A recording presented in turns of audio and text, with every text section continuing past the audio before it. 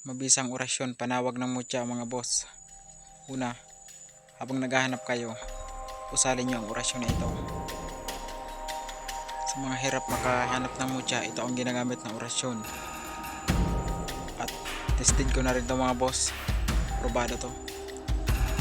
Una, dasal muna kayo ng Ama namin sumasampalataya para pagbigyan kayo ng Diyos amang makapangyarihan na makakuha ng mutya, mapaswerte. Paalala lang, ang mutya ay ginagamit lang sa bote.